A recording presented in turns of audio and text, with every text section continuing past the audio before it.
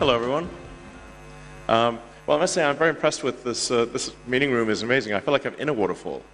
It's really lovely here, and that was incredible, incredible performance. So I must say I'm quite delighted to be here this morning talking to you and to experience this wonderful event and everything that Indonesia has to offer. It's amazing being here in Bali in Indonesia. So, hopefully everyone saw the mangrove forests because those are very impressive. It's several 100,000 acres of mangroves that I think have been replanted, if I recall correctly. So there are a lot of great things happening in Indonesia and the rest of the world. Overall, I would say I'm quite sort of optimistic for the future. I think we should never be complacent or entitled, but I do think that if we're not complacent and entitled, that the future will actually be great for the world. And I think we're headed to a bright future overall. And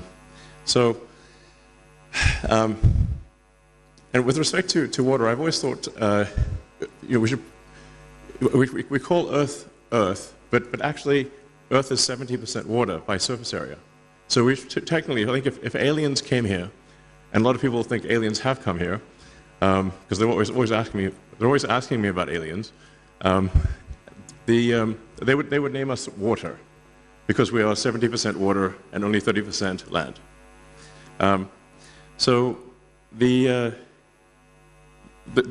What that means is the potential for solving any given water issue is extremely good because there is so much water. There's obviously desalination required at times, and the transport of water, but desalination, as I think most people know, has become very inexpensive, and so really the availability of fresh water is simply about energy and transport. So that's when I talk to even very well-read, very smart people in the United States, they will often think, well, the water crisis is unsolvable. But in fact, it is very solvable. There are continuing breakthroughs in the efficiency of desalination. And anyway, I think we've got a great water future ahead of us, and I think a great sustainable energy future ahead of us. Yes. So anyway, hopefully that is. I'm kicking things off on a positive note. But I think with good basis for doing so. Yeah.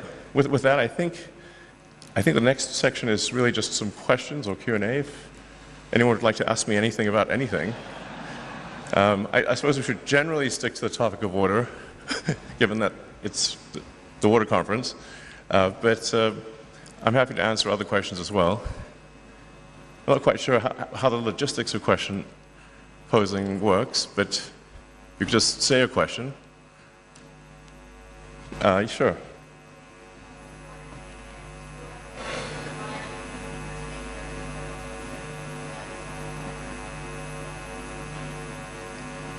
If I heard correctly, what is the most important thing for solving the water crisis? Okay. Well, the exact solution will vary depending upon country and even region within a country. But as I mentioned, because the cost of desalination has dropped so much, if you're just talking about water for individual consumption or water in, say, a hydroponics facility, some kind of, where you're not simply putting it on the ground for crops, but actually have some sort of contained facility that minimizes the amount of evaporation, I think you can basically turn any part of the world green, including the entire world. So it just begs the question of where does the energy come from? And here's where I think solar energy is very much underestimated in terms of its capability. So if you think about what would the Earth be without the sun? The Earth would be a frozen dark ice ball at roughly 3 degrees above absolute zero. It would be quite unpleasant. So, very cold and dark. But because of the sun, we're at quite a nice temperature, quite pleasant, sort of roughly 300 degrees above absolute zero. And the sun powers almost the entire ecosystem is solar powered. When you say, like, well, how much land would it take to generate electricity? There's a gigawatt per square kilometer of solar radiation that reaches the surface.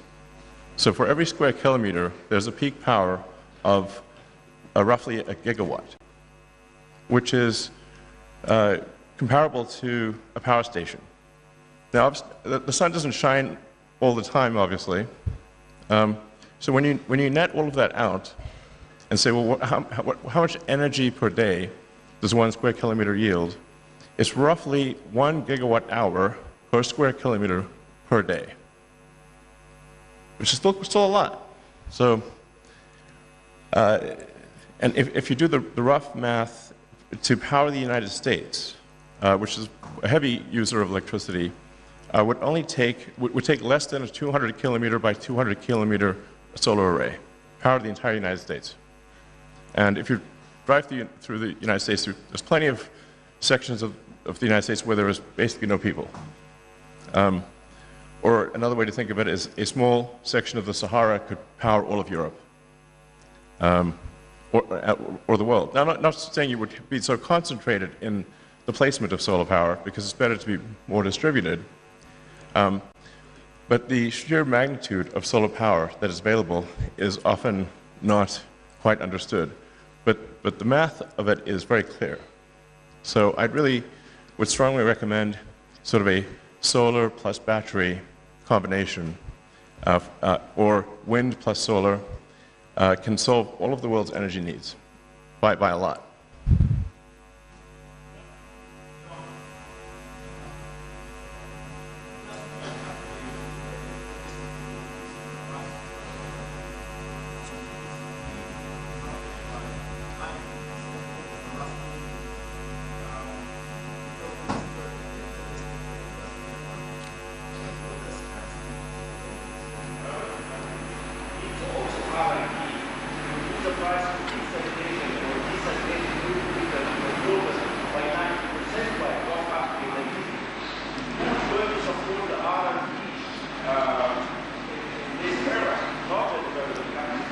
How we are going to support the researchers? Yeah, so something that I would encourage everyone in the room to look at is, and you touched on that briefly, is that the cost of solar power has dropped dramatically over the years. So if you were to say, look at the cost of solar power 5 years ago, or 10 years ago, or 20 years ago, it would have seemed cost prohibitive. But the cost of solar power today is extremely low. And the cost of batteries to store the energy has also dropped dramatically. The cost of battery storage of electricity has dropped by a factor of 10 in the past 5 years. So many of the studies that were done in times past when batteries were very expensive and solar power was very expensive. And I would just encourage everyone to basically take another look at the cost of solar and the cost of batteries, and I think you'll find that you're pleasantly surprised. So, all right, time to wrap it up. Yes, okay, thank you. Well, it's an honor to be here, and thank you very much for listening to my words, and I hope you have a fantastic conference. Thank you. Thank you, Mr. Elon Musk. Please return to respective seat.